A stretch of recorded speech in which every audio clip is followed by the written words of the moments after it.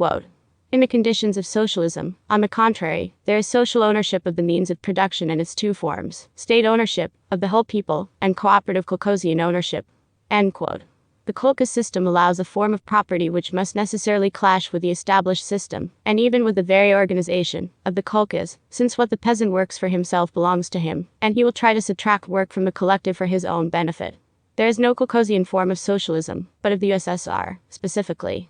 There is no convincing rebuttal that the cooperative system does not engender capitalism.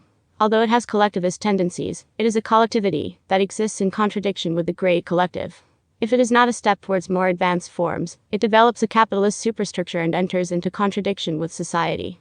There is, in the beginning, a semantic question: what is a cooperative?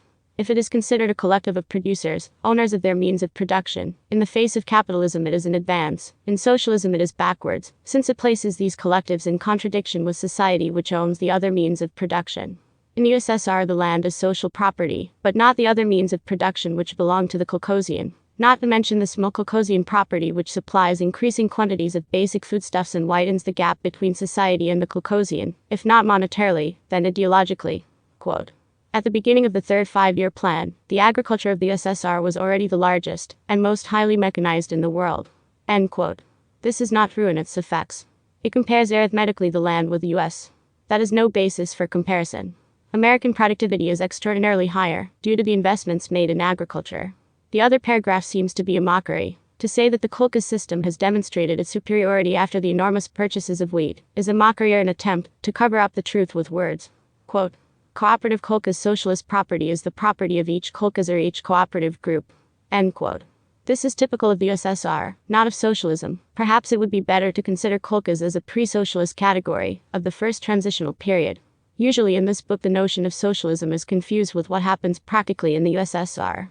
The kolkhozian cooperative property must be considered as a characteristic of the Soviet system, and not of socialism. It is not indispensable for its technical formulation, nor has it proved in practice to be inescapable. In practice the kolkhozian property functions as antagonistic to the directly social property and therefore, the double character of labor is similar to the capitalist one.